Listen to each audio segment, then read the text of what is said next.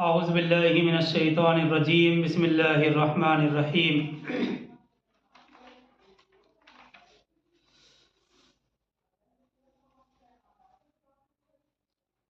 हम सूरह इब्राहीम की आयत 23 पर हैं।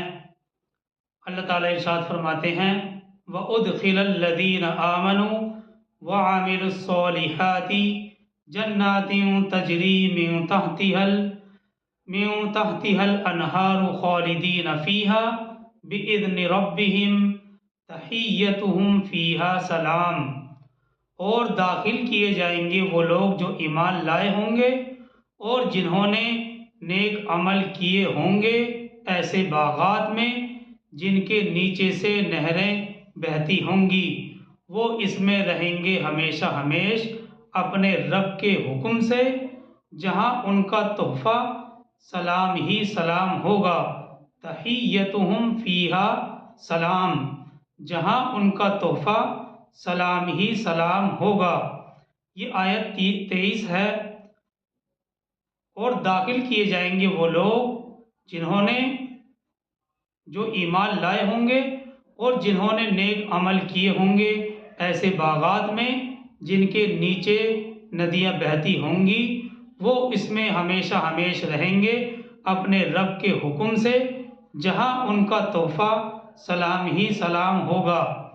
देखिए, इस आयत में लफ्ज़ तहिया लाया गया है और तहिया के लुग़वी माना आते हैं दुआ और दराज़ी उम्र के, मगर अरबी की इस्तिलाह में ये लफ्ज़ इस्तिक़बाल के लिए बोला जाता है। अरबी मुहावरे में ये लफ्ज़ इस्तिक़बाल के लिए बोला जाता है। जो लोग आमना सामना होने पर एक दूसरे से पहले कहते हैं, और उर्दू में इसका हम माना लफ्ज़ सलाम है।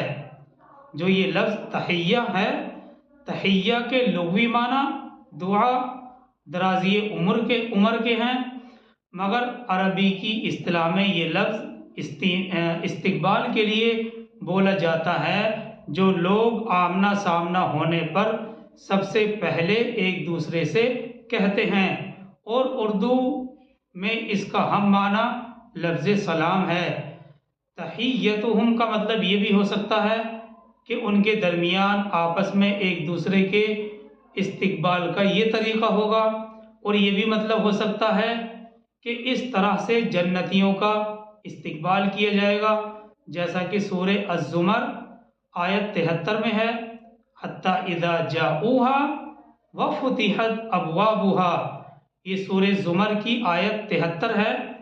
हत्ता इज़ा जाऊहा व फुतिहत अबवाबुहा, यानी जब जन्नती जन्नत में जाएंगे तो उसके दरवाजे उनके लिए खोल दिए जाएंगे और वहाँ के दारोगा उन्हें सलाम कहेंगे। वक़ाल लहुम खज़नतुहा सलामुन अलैकुम, और वहाँ के दारोगा उनसे सलाम कहेंगे। बहरहाल ये वजाहत थी आयत 23 की। आगे चलते हैं आयत 24 की तरफ। अलम तरा कैफ़ ज़रबल्लाहु मसलन कलिमतन तय्यिबतन, क्या तुमने गौर नहीं किया? अलम तरा कैफ़ा, क्या तुमने नहीं देखा? लफ्ज़ी तर्जुमा तो तरा की माने देखना।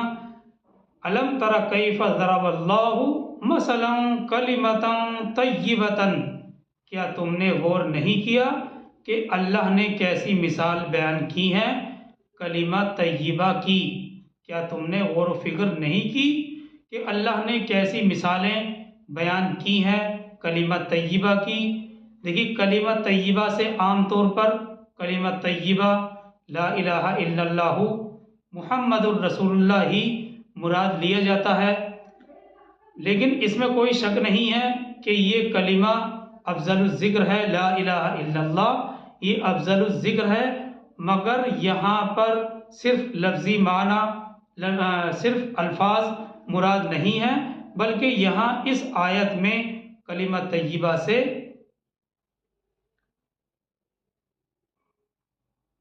मगर यहाँ इस जगह कलिमा तय्यिबा से तौहीद पर मबनी अकाइद और नज़रियात और भलाई की हर बात कलाम तय्यब और हक़ की दावत मुराद है।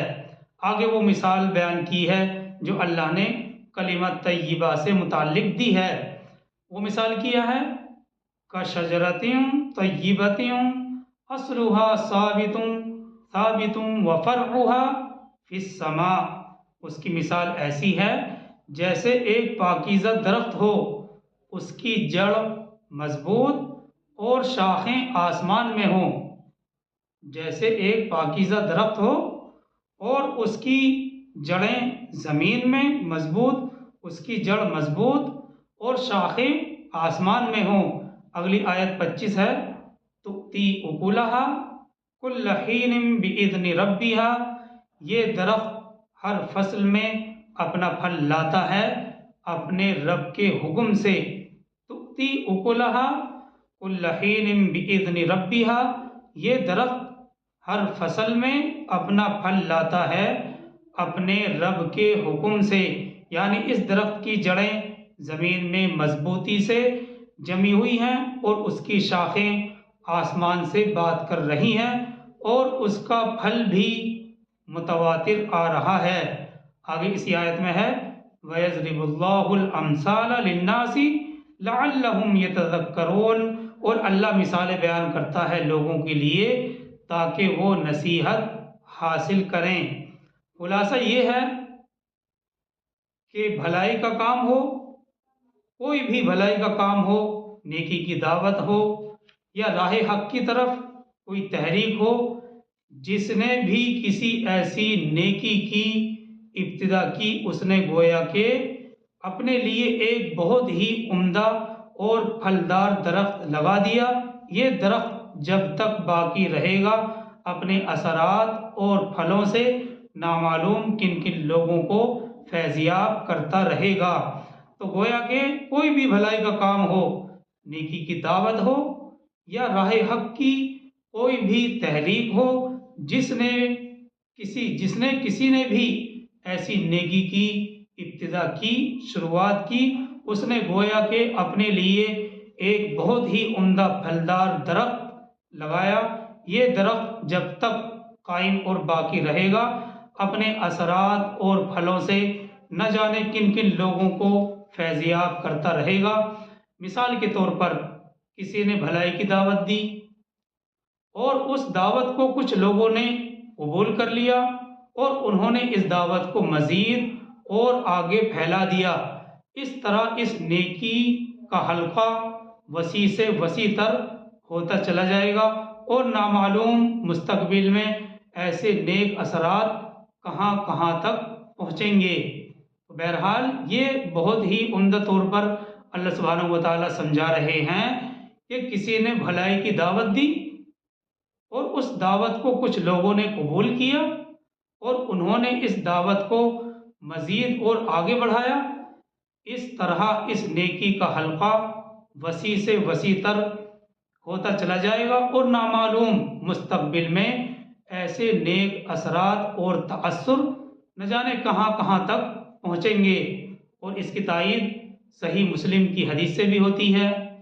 सही मुस्लिम में है, हज़रत जरीर बिन अब्दुल्ला बिन जाबिर रज़ी अल्लाह तआला अन्हु रिवायत करते हैं कि रसूलुल्लाह सल्लल्लाहु अलैहि वसल्लम ने इरशाद फरमाया, जिसका उर्दू तर्जमा ये है, जिस किसी ने इस्लाम में किसी नेक काम का आगाज़ किया, जिस किसी ने इस्लाम में किसी नेक काम की शुरुआत की तो उसके लिए उस काम का अज्र भी होगा और बाद में जो कोई भी उस पर अमल करेगा उसका अज्र भी उसको मिलेगा, लेकिन इसके अज्र व सवाब में कोई कमी नहीं होगी। यानी ऐसा नहीं है कि उसके करने से उसके नेक आमाल में कमी आ जाएगी, सवाब में कमी आ जाएगी, बल्कि दोनों को पूरा पूरा हिस्सा मिलेगा और उस शख्स का भी हिस्सा होगा जिसने इस नेकी की बुनियाद डाली थी, इस नेकी की शुरुआत की थी। और जिसने भी इस्लाम में किसी बुरी शय का आगाज़ किया तो उस पर उसका गुनाह भी होगा और बाद में जो कोई भी इस पर अमल करेगा उसके गुनाह का बोझ भी उस पर डाला जाएगा, मगर इसके गुनाह में कोई कमी नहीं होगी। यानी ऐसा नहीं है कि इसके गुनाह में उस पर गुनाह डालने की वजह से कोई कमी पेश आ जाए। तो ये रिवायत सही मुस्लिम में है। जरीर बिन अब्दुल्ला बिन जाबिर रज़ी अल्लाह ताला अन्हु रिवायत करते हैं कि रसूलुल्लाह सल्लल्लाहु अलैहि वसल्लम ने इरशाद फरमाया, जिस किसी ने इस्लाम में किसी नेक काम का आगाज़ किया तो उसके लिए उस काम का अज्र भी होगा, और बाद में जो कोई भी उस पर अमल करेगा उसका अज्र और सवाब भी उसको मिलेगा, लेकिन उसके अज्र और सवाब में कोई कमी नहीं होगी। और जिस शख्स ने इस्लाम में किसी बुरी शय का आगाज़ किया तो उस पर उसका गुनाह भी होगा, और बाद में जो कोई भी उस पर अमल करेगा उसके गुनाह का बोझ भी उस पर डाल दिया जाएगा, मगर उनके गुनाहों में कोई कमी नहीं होगी। मारिफुल कुरान में है, इस जगह के मोमिन और उसके आमाल की मिसाल एक ऐसे दरख्त से दी गई है जिसका तना मजबूत और बुलंद हो। एक मिनट थोड़ा पानी पी लेते हैं।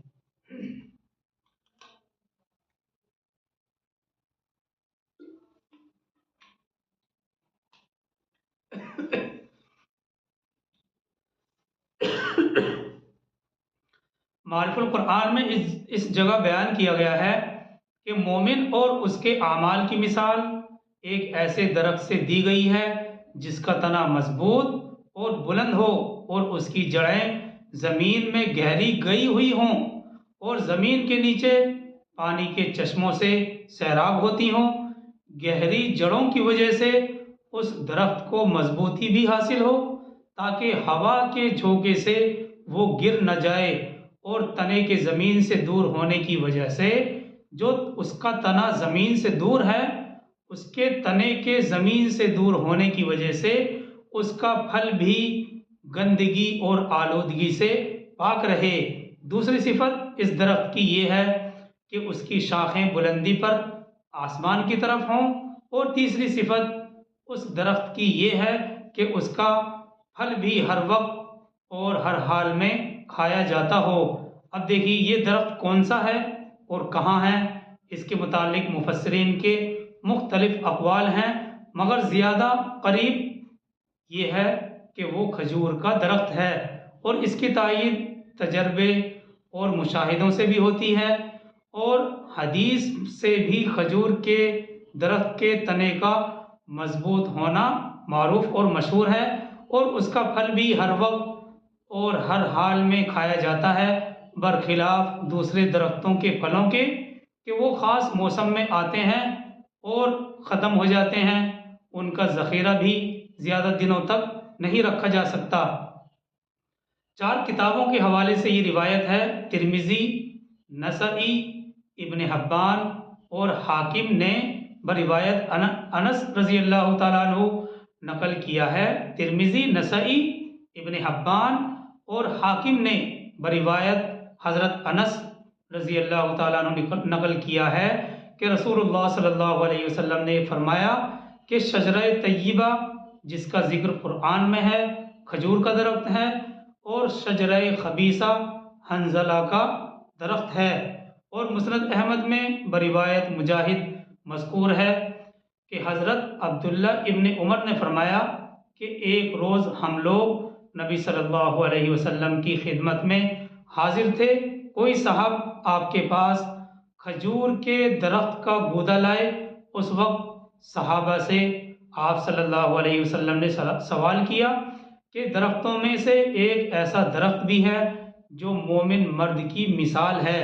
और बुखारी की रिवायत में, ये तो मुस्नद अहमद की रिवायत है, और बुखारी की रिवायत में इस जगह ये भी ज़्यादती है कि आपने फरमाया इस दरख्त के पत्ते किसी मौसम में झड़ते नहीं, बल्कि वो दरख्त बताओ वो दरख्त कौन सा है। इब्न उमर कहते हैं, हज़रत अब्दुल्ला इब्न उमर रज़ी अल्लाह अन्हु कहते हैं कि मेरे दिल में आया कि मैं कह दूं कि वो खजूर का दरख्त है, मगर मजलिस में हज़रत अबू बकर और उमर और दूसरे अकाबिर सहाबा, बड़े बड़े सहाबा मौजूद थे। उनको खामोश देखकर मुझे बोलने की हिम्मत नहीं हुई। फिर खुद रसूल करीम सल्लल्लाहु अलैहि वसल्लम ने इरशाद फरमाया वो खजूर का दरख्त है। मोमिन की मिसाल इस दरख्त से देने की एक वजह यह है कि कलिमा तय्यबा में ईमान उसकी जड़ है जो बहुत मजबूत है। दुनिया के हवादिस उसको हिला नहीं सकते। मोमिनीन, सहाबा और ताबीईन, बल्कि कहा जाए तो ये मुबालगा नहीं है कि हर ज़माने के मोमिनीन की ऐसी मिसालें कुछ कम नहीं रही हैं कि ईमान के मुकाबले में उन्होंने न जान की परवाह की, न माल की परवाह की और न किसी दूसरी चीज़ों की परवाह की। आयत 26 की आगे चलते हैं, आयत 26 की तरफ। ये तो कलिमा तय्यबा की मिसाल थी। और आयत 26 में व मसलु कलिमतिन खबीसतिन का शजरतिन खबीसतिन इज्तुस्सत मिन फौकिल अर्ज़ि मा लहा मिन करार। और कलिमा खबीस की मिसाल ऐसी है, कलिमा खबीस की मिसाल ऐसी है जैसे एक बहुत घटिया दरख्त जिसे ज़मीन के ऊपर ही से उखाड़ लिया जाए, उसके लिए कोई करार नहीं है, उसके लिए कोई टिकाऊ, कोई मजबूती नहीं है। मतलब ये है कि भलाई और उसके असरात के मुकाबले में, जो भलाई और खैर होती है उसके असरात के मुकाबले में बुराई, बुराई की दावत और बुराई के असरात की मिसाल ऐसी है जैसे एक बहुत उम्दा, मजबूत और फलदार दरख्त के मुकाबले में झाड़ झंकाड़ होता है। झाड़ झंकाड़ वाला दरख्त होता है, न उसकी जड़ों में मजबूती होती है, न वजूद में मजबूती, और ना ही वो साया दे सकता है और ना ही फल दे सकता है। देखिए, बात दरअसल ये है कि बुराई बाज़ औक़ात लोगों में रिवाज पा जाती है और उसमें, और वो बुराई भली भी मालूम होती है और उसकी ज़ाहिरी खूबसूरती में लोगों के लिए वक्ती तौर पर कशिश भी होती है।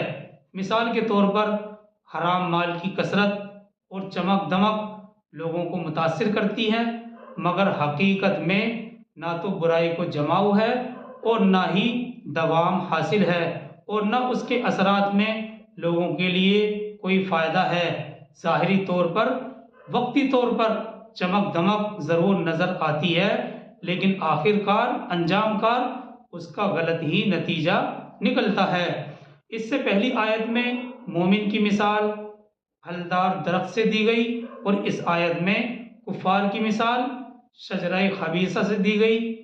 जिस तरह से कलिमा तय्यबा से मुराद ईमान और तौहीद है, इसी तरह से कलिमा खबीसा से मुराद कलिमात कुफ्र और अक़वाल कुफ्र हैं। शजरा खबीसा से मुराद हदीस में हंजला का दरख्त कहा गया है, वल्लाहु आलम, और बाज़ मुफस्सिरीन ने और भी दरख्त बयान किए हैं। बहरहाल इस शजरा खबीसा का हाल कुरान ने ये बयान किया है कि उसकी जड़ें ज़मीन के अंदर ज़्यादा नहीं होती, इसलिए जब कोई चाहे उस दरख्त को पूरे जुस्से के साथ ज़मीन से उखाड़ सकता है। कुफ्र करने वालों को और उसके आमाल को इस दरख्त से तशबीह देने की वजह यह है कि अव्वल तो इन कुफ्र करने वालों के अकायद की कोई जड़ और बुनियाद नहीं, ज़रा सी देर में मुतज़लज़ल हो जाता है। दूसरी ये कि वो दुनिया की गंदगी से मुतासिर होते हैं। तीसरे ये कि उनके दरख्त के फल फूल यानी आमाल और अफ़आल अल्लाह की बारगाह में कारआमद नहीं हैं। तो ये कलिमा तय्यबा और कलिमा खबीसा की मिसालें थी। आगे चलते हैं आयत 27 की तरफ। युसब्बितुल्लाहुल्लज़ीना आमनू बिलक़ौलि साबिती फ़िल हयाति दुनिया व फ़िल आखिरा। ईमान वालों को अल्लाह ताला पक्की बात के साथ मजबूत रखता है, दुनिया की ज़िंदगी में भी और आखिरत की ज़िंदगी में भी। यहाँ कौल साबित से मुराद ईमान है। ये आयत 27 है। युसब्बितुल्लाहुल्लज़ीना आमनू बिलक़ौलि साबिती फ़िल हयाति दुनिया व फ़िल आखिरा। तर्जुमा इसका ये है, ईमान वालों को अल्लाह ताला पक्की बात के साथ मजबूत रखता है, दुनिया की ज़िंदगी में भी और आखिरत की ज़िंदगी में भी। यहाँ कौले साबित से मुराद ईमान है। मतलब ये है कि आखिरत पर पुख्ता ईमान रखने वाला शख्स, पुख्ता ईमान रखने वाला आदमी दुनिया के अंदर अपने किरदार और नज़रियात में मजबूत और साबित कदम होता है। जी हाँ, उसके हौसले, उसके मौक़िफ़ और उसकी सलाहियतों को अल्लाह सुब्हानहू व तआला इस्तिक़ामत बख्शता है। ऐसे लोगों को इस तरह का सुबात और टिकाऊ जमाऊ आखिरत में भी होगा। मारिफुल कुरान में है कि इस कलिमा तय्यबा पर ईमान रखने वाले की दुनिया में भी अल्लाह सुब्हानहू व तआला की तरफ से तायीद होती है, जिसकी वजह से वो मरते दम तक इस कलिमे पर कायम रहता है, चाहे उसको कितने ही हवादिस से मुकाबला करना क्यों ना पड़े। और आखिरत में इस कलिमे को बरकरार रख कर भी उसकी मदद की जाएगी। बुखारी और मुस्लिम की एक हदीस में है कि आखिरत से मुराद यहाँ आयत में बरज़ख यानी कब्र का आलम है। आगे इसी आयत में है वयुज़िल्लुल्लाहु ज़ालिमीना वयफ़अलुल्लाहु मा यशा, और गुमराह कर देता है अल्लाह ज़ालिमों को और अल्लाह करता है जो चाहता है। तो ये आयत 23 से लेकर और आयत 27 तक वजाहत सामने आ चुकी सूरह इब्राहीम की। अल्लाह सुब्हानहू व तआला हम सबको अमल की तौफीक अता फरमाए। सुब्हानल्लाहि व बिहम्दिही सुब्हानकल्लाहुम्मा व बिहम्दिका व नशहदु अल्ला इलाहा इल्ला अंता व नस्तगफिरुका व नतूबु इलैक। सुब्हान रब्बिका रब्बिल इज़्ज़ति अम्मा यसिफून व सलामुन अलल मुरसलीन वल्हम्दुलिल्लाह।